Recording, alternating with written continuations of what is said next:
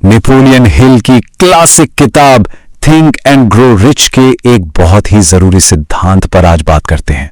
आज हम समझेंगे उस शक्ति को जिसे हिल दौलत हासिल करने का दूसरा कदम कहते हैं, यानी आस्था। ये एक ऐसा आइडिया है जो इतना पावरफुल है कि इसने पूरी की पूरी इंडस्ट्रीज खड़ी कर दी। और इसकी शुरुआत होती है ये समझने से कि हमारा अपना दिमाग आखिर काम कैसे करता है। हिल का यह जबरदस्त कोट हमारी पूरी चर्चा के लिए स्टेज सेट कर देता है। यह हमें याद दिलाता है कि हमारी सबसे बड़ी रुकावटें अक्सर हमारे अंदर ही होती हैं, जिन्हें हम खुद बनाते हैं। ये वो सीमाएं हैं जिन्हें हम अपने दिमाग में मान लेते हैं, और यही चीज आस्था की शक्ति को या तो आजाद कर सकती है या कैद। ठीक है, तो चलिए इसमें गहराई से उतरते हैं। सबसे पहले यह समझना बहुत जरूरी है कि जब हील आस्था शब्द का इस्तेमाल करते हैं तो उनका मतलब उस चीज से नहीं होता जो हम आमतौर पर सोचते हैं। यहां जो फर्क बताया गया है वो बहुत बहुत जरूरी है। देखिए, एक तरफ है धार्मिक आस्था जो अक्सर विश्वास पर आधारित होती है, और दूसरी तरफ है हिल की आस्था जो एक मनोवैज्ञानिक अवस्था है। एक पक्का यकीन, एक अटूट भरोसा कि कोई इंसान कुछ हासिल कर सकता है। यह सिर्फ उम्मीद करना नहीं है, यह अवचेतन मतलब सबकॉन्शियस लेवल पर जानना है। तो यह अंदरूनी विश्वास आता कहां से है? हिल के मुताबिक यह हमारे मन के काम करने के तरीके को समझने से आता है, जिसके दो अलग अलग हिस्से होते हैं, चेतन और अवचेतन, यानी कॉन्शियस और सबकॉन्शियस। इसको ऐसे सोचे, आपका चेतन मन यानी कॉन्शियस माइंड जहाज का कैप्टन है, वो नक्शे को पढ़ता है और रास्ता तय करता है। लेकिन आपका अवचेतन मन सबकॉन्शियस माइंड वो विशाल इंजन रूम है।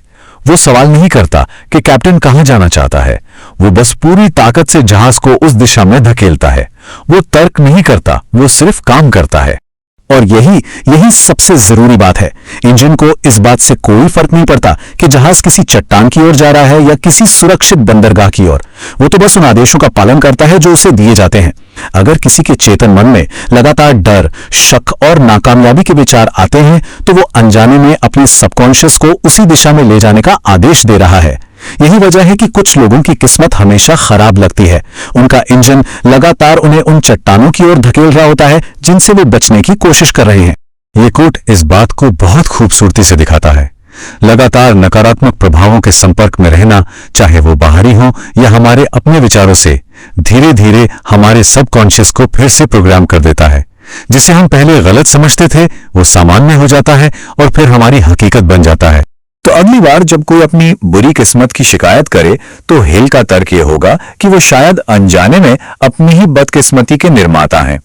उन्होंने अपने सबकॉन्शियस को नेगेटिविटी के एक पैटर्न के साथ प्रोग्राम कर दिया है, और अब उनका सबकॉन्शियस उन परिस्थितियों को बनाने के लिए बिना थके काम कर रहा है। तो अगर हमारा सबकॉन्शियस इतना शक्तिशाली और निष्पक्ष है तो सवाल यह है, हम इसे जानबूझकर कैसे कंट्रोल कर सकते हैं? हम कैप्टन की कुर्सी पर कैसे बैठ सकते हैं और जानबूझकर अपना रास्ता कैसे तय कर सकते हैं?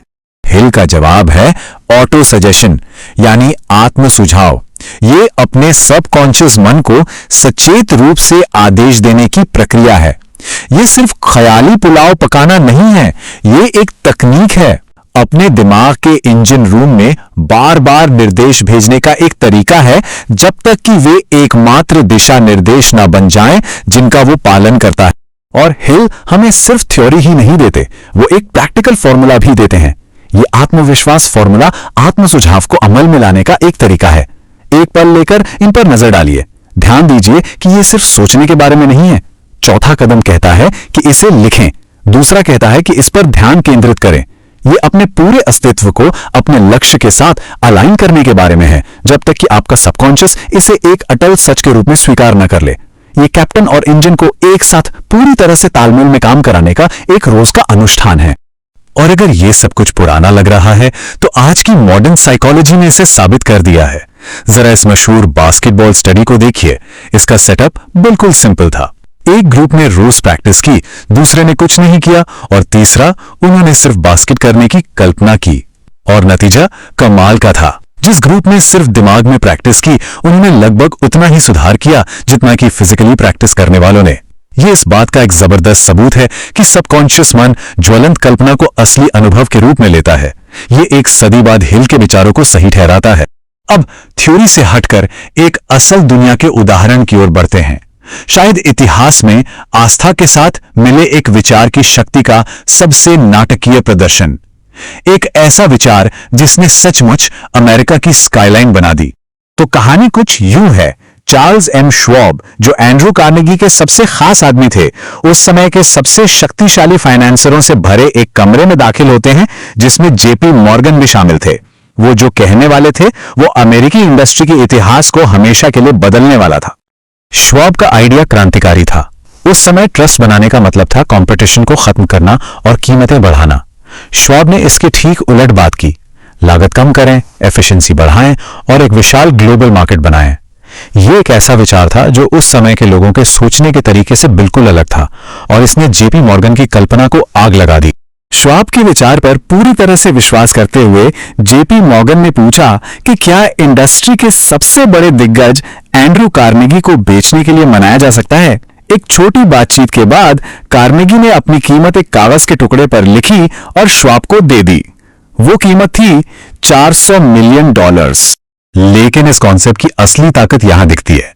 श्वाब के एक विचार, जिसे अटूट आस्था के साथ पेश किया गया था, के कारण हुए लेनदेन में संपत्तियों के मूल्य में अनुमानित $600 मिलियन की बढ़ोतरी कर दी। आज के हिसाब से देखें तो यह लगभग $12 अरब का फायदा है, सिर्फ एक विचार से।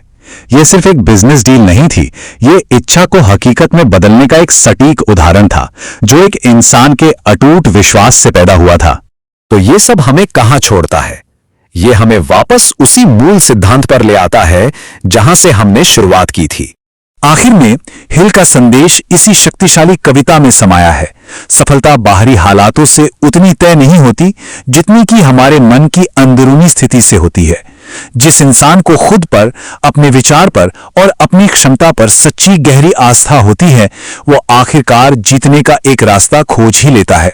और इसीलिए यह विश्लेषण इस सवाल के साथ खत्म होता है, अगर हमारा सबकॉन्शियस मन उस जमीन की तरह है जहां कुछ भी उग सकता है, तो हम जानबूझकर कौन से बीज बो रहे हैं? हमारे मन पर हावी होने वाले विचार, चाहे वो डर के हों या आस्था के, आखिरकार हमारी हकीकत का नक्शा तैयार करते हैं। हम क्या उगाते हैं, ये चुनाव हमारा